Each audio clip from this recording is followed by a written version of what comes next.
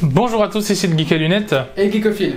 On se retrouve pour les vidéos rattrapage d'avril. Et donc cette fois-ci on va vous parler d'un gros blockbuster. On en reparlera, vous savez sûrement qui c'est, puisque maintenant c'est officiellement, sans compter l'inflation, le plus gros succès au box-office mondial. Ouais, attends. Devant Avatar. Le Roi Lion arrive, hein, malheureusement. Il passera pas. Tu penses qu'il passera? Donc du coup on parlera de ça, on va vous parler... Non, on devait vous parler de Shazam, mais en fait on s'est planté. On l'a mis en mars. Parce qu'en fait on l'a vu en avant-première et du coup on a pas cité qu'on l'avait vu... Et du coup on va vous parler de Rebelle qui est sorti en mars, mais du coup on le met là. Voilà, on est inversé. Bref. Et puis moi je vais vous parler de petits films un peu plus indés, Unicorn Store, My All American, The Perfect Date qui est sorti sur Netflix, et j'en oublie un, j'ai Chamboule tout.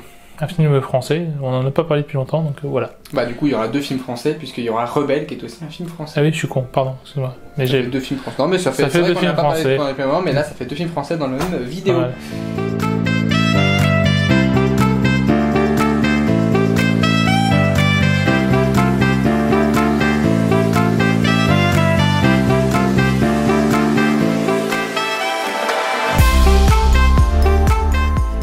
Unicorn Store est sorti sur Netflix et c'est un film, disons, spécial.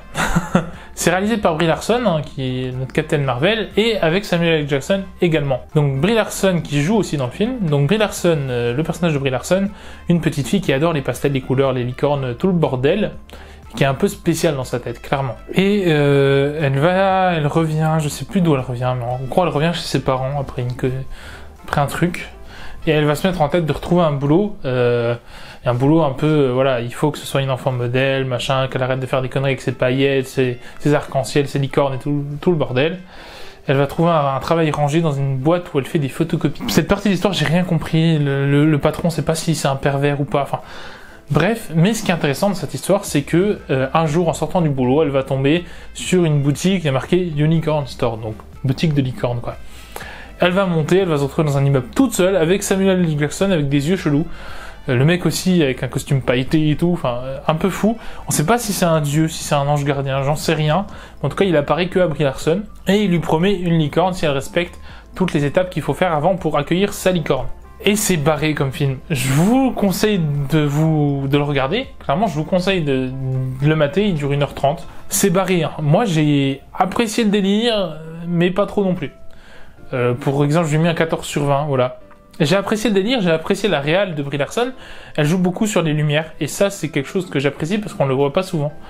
Donc sa photo est vraiment très belle parce qu'elle joue sur les lumières en fonction de si elle est dans la boîte, si elle est déprimée, si au contraire elle a le moral, si elle travaille pour avoir sa licorne et tout, elle va tomber sur un gars aussi qui va l'aider à fabriquer une cabane à licorne.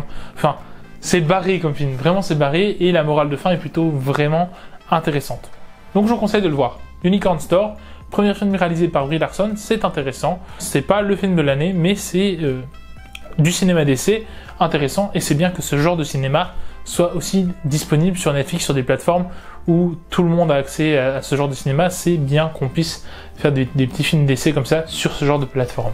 The Perfect Date, un film aussi de Netflix, beaucoup moins intéressant. C'est une comédie romantique de base, mais de base vraiment pas super, quoi. En gros, un gars veut aller à Yale, il a pas de thune pour aller à Yale, parce qu'il est pauvre, mais il est très bon élève. Il va être payé un soir pour sortir avec la fille d'un petit riche. Ils vont se lier d'amitié, puis en fait il va avoir l'idée, c'est comme ça qu'il va payer Yale, il va fabriquer une application où les filles lui demandent d'être vraiment le type, il s'habille comme ça, il parle comme ça, il vient pour ça, machin, et on le paye pour faire ça, The Perfect Date, et il va accumuler pas mal de thunes pour pouvoir payer son inscription à Yale.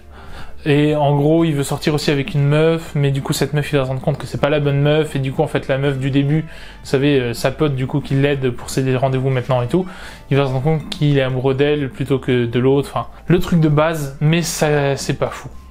Donc voilà, si vous avez du temps à perdre et que vous aimez bien ce genre de comédie romantique un peu simplette, allez-y, mais voilà, ça révolutionne que dalle, c'est juste sympa. Donc Chamboule tout, un film français réalisé par Éric Laven avec José Garcia, Michael Youn, Alexandra Lamy, Anne-Marie Vin. En gros, c'est l'histoire du personnage de José Garcia qui a perdu la vue suite à je ne sais plus quoi. Mais en gros, il est aveugle. Et il a fait un gros accident de voiture, ouais c'est ça. Il a fait un gros accident de voiture, il est devenu aveugle. En fait il est un peu aigri d'être devenu aveugle. Et du coup il dit tout ce qui lui passe par la tête, quoi. Genre la dame elle pue, enfin des conneries comme ça, quoi. C'est assez drôle. Et aussi assez touchant. Et une quantité très dramatique. Alexandra Lamy qui s'occupe tout seul de ses 3 enfants. Voilà, c'est pas simple. Et puis ils vont tous se retrouver en week-end entre potes. Et il va y avoir des embrouilles de couple, quoi. Comédie dramatique française de base, quoi. Des embrouilles de couple. Mais dans ce film-là, c'est pas bas de plafond, ça marche plutôt bien, c'est assez sympathique. En tout cas, on s'attend à un film drôle, ce qui est pas tellement le cas. Ça fait passer le temps, c'est pas fou, il y a des films français bien plus intéressants, comme Le Chant du Loup en Edmond. Je vous en reparle encore, mais Le Chant du Loup et Edmond, ce sont vraiment 2 films qui m'ont marqué cette année en film français. Donc chamboule tout, en tout cas c'est mieux que Les Tuches ou Qu'est-ce qu'on a encore fait, oh mon Dieu. C'est sympa, c'est sympathique, ça fait passer le temps en famille, c'est drôle.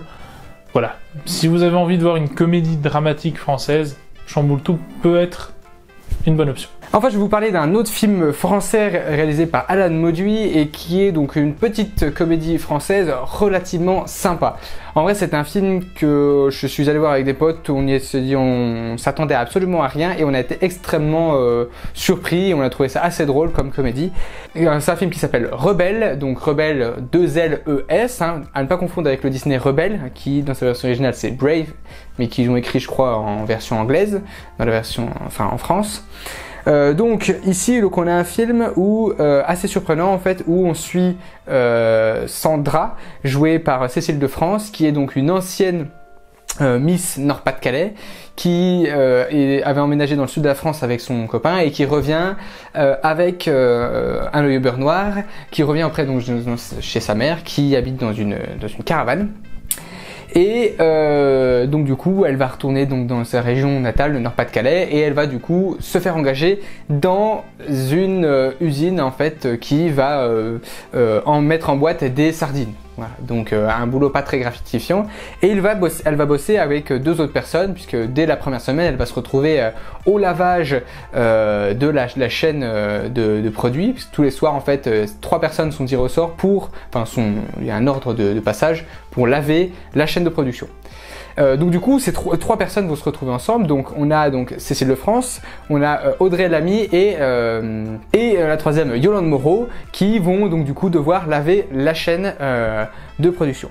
Mais ça ne va pas se passer comme prévu, puisque le contremaître, qui est aussi beaucoup un pervers, va tenter d'agresser notre ex-Miss Nord-Pas-de-Calais, qui reste ravissante. Et donc du coup, alors qu'elle va se défendre, elle et ses 2 collègues vont malencontreusement tuer le contremaître. Comment s'en débarrasser? Eh bien elles vont se dire, on est face à une chaîne de production, on va broyer le cadavre, le mettre dans des boîtes de thon, et puis dire qu'elles sont périmées, les foutre dans un coffre, et ensuite on s'en débarrassera plus tard, pour les sortir boîte par boîte. Donc elle commence à réfléchir à comment sortir les boîtes, etc. À se dire, si on prend une boîte tout le monde à chaque fois, eh ben on pourra sortir le truc avant Noël. Et donc de ça va sortir pas mal de péripéties, puisqu'il s'avère que le contremaître est impliqué dans de la mafia, que en plus de ça les boîtes de thon vont disparaître, que les filles vont devoir chercher où sont parties ces boîtes de thon.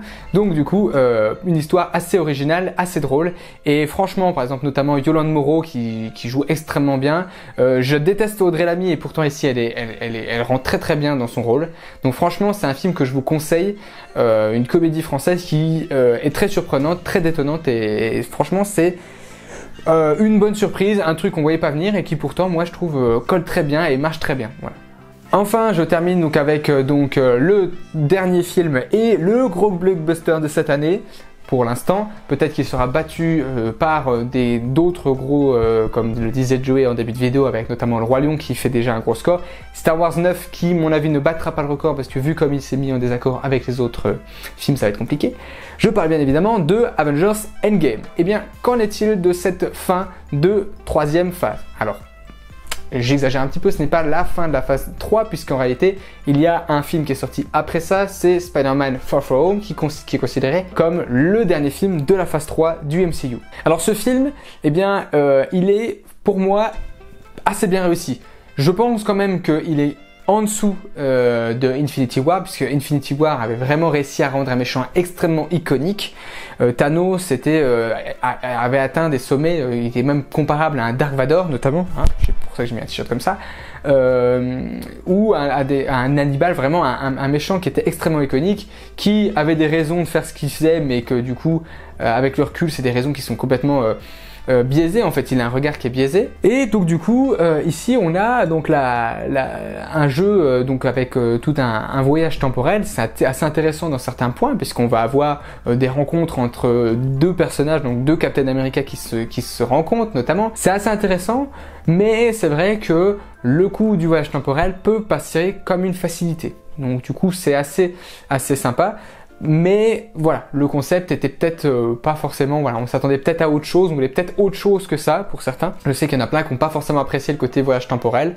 Bon, moi ça m'a pas dérangé plus que j'ai trouvé quand même que le film était assez intéressant, que l'action était bien menée et qu'au final le film rendait bien. Dans les points forts du film qu'on peut noter, c'est qu'ils ont réussi à se séparer de manière assez intéressante de personnages qui devaient quitter le MCU, notamment attention, je spoil, hein, notamment Iron Man et notamment Captain America.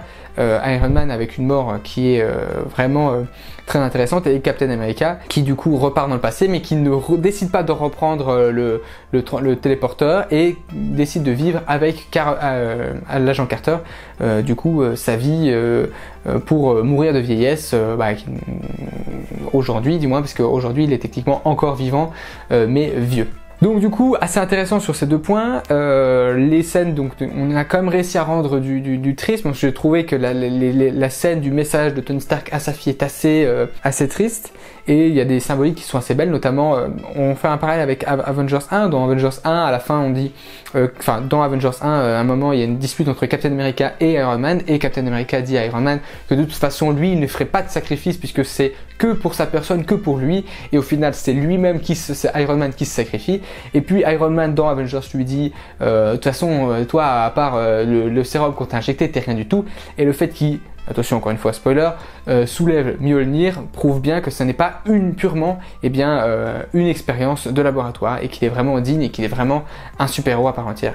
Franchement, il y a des scènes qui mettent les frissons, et ça conclut quand même assez bien cette phase, même si j'aurais préféré que Far From Home ne soit pas dans la phase et que on dise voilà, Avengers Endgame c'est la fin de la phase, et après on verra pour autre chose. J'ai très peur pour la suite de la phase, mais on en reparlera certainement dans une autre vidéo avec Joey suite aux nouvelles qui sont tombées à la San Diego Comic Con notamment. C'est tout ce que je voulais dire, donc très bon divertissement pour Avengers Endgame, je vous le conseille, et bien du coup j'attends le retour de Joey pour terminer cette vidéo. Oui, ça foutait les frissons, surtout quand il soulève Mjolnir, on était comme ça dans le siège.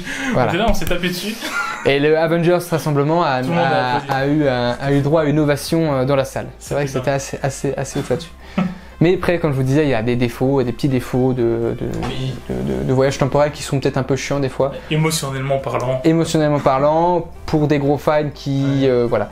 Ça nous a beaucoup moins déçus qu'un Justice League, bien que quand on a vu Justice League, on est sorti heureux parce qu'en fait, on s'attendait plus à rien et on a dit bon, c'est un bon film d'action au final. Avec le recul, on s'est dit non, c'est de la grosse merde. Mais sur le moment, on s'est dit ah bah c'est pas si mauvais. Et puis vu ce que dévoile Snyder au fur et à mesure sur les réseaux, plus on avance, c'est passé à côté d'un truc de fou. D'ailleurs, c'est assez drôle. Il y a des gens qui ont fait qui ont acheté, enfin qui ont loué des panneaux publicitaires devant la San Diego Comic Con, près du truc de DC Comics, pour leur dire, enfin de près de Warner Bros, et en disant la Snyder Cut. Mais à mon avis, je pense qu'on ne pourra jamais la voir parce qu'à mon avis, je pense qu'il n'a pas tout filmé de ce qu'il voulait filmer, même s'il a filmé 80%. Et je pense que déjà, il y a certains rushs qu'ils ont dû jeter. Et je suis pas sûr, ils gardent tout quand même. Je sais pas s'ils gardent tout, mais après, ça prend de la place en termes de fichiers, donc je sais pas. Et puis en termes d'effets visuels, ils vont pas repayer une équipe parce qu'ils n'avaient pas fini les effets visuels, donc à mon avis, je pense que la Snyder Cut n'est juste qu'un doux rêve qui ne se réalisera jamais, je pense. On verra, mais on aura peut-être une nouvelle Justice League dans 10 ans. On verra. Ouais, on verra. On parlera sûrement des deux, du MCU et du DCU, qui pour l'instant, moi, m'inquiètent les deux. Mais d'ailleurs, on a fait une vidéo MCU, DCU, qui n'est pas vue, je ne comprends 40 vues. Ouais. Alors que c'est une vidéo intéressante, quoi. Ouais. Donc je vous la mets en fiche, et s'il vous plaît, partagez-la, allez la voir, vraiment, partagez-la. On a fait une analyse qui au final est assez réaliste, puisqu'elle colle encore avec encore ce qui est arrivé. qui colle encore, qui va peut-être moins coller avec la phase 4 puisque de Marvel, puisqu'ils amènent les Eternals et donc du coup ça va un peu changer, mais on fera sûrement une mise à jour. Une mise à jour, mais enfin, on a beaucoup bossé là-dessus quand on a vraiment, pour une fois, on a vraiment écrit un texte, quoi, puis c'est les vidéos les moins vues, ça m'énerve. Donc s'il vous plaît, on vous la met en description, on vous la met en fiche, je vous la mets à la fin de la vidéo, allez voir. Et puis si vous trouvez que c'est trop long, vous pouvez mettre un casque, la mettre en 1,5, en 75 et ça passe assez bien, on a testé justement, et ça se comprend bien. Voilà. Enfin voilà, dites-nous vous, quel est votre film préféré d'avril en commentaire, n'hésitez pas à lâcher un like, à commenter, à vous abonner si ce n'est pas déjà fait, et à partager le Rap Serpentard et la vidéo Marvel d'ici. Autopromo. C'était le Geek à lunettes. Et le Geek au film. Finité. Et une cantatelle.